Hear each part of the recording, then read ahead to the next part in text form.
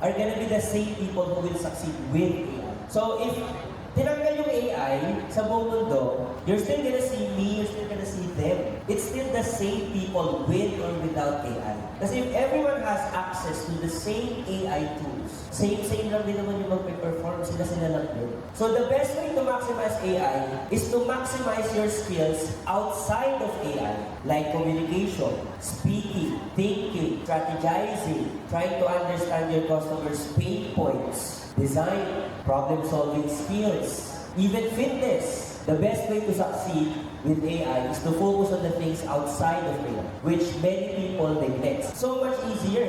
Since yung ibang competition na dati nag-iisip, they're not thinking anymore because of AI. You see all the time mga generic Facebook ads, generic business, generic products that unang basa mo pa lang, you know it's AI stuff. Well, mga graphics, you see mga dati ang gaganda, but now it's very, you know, it's AI stuff. It's the same.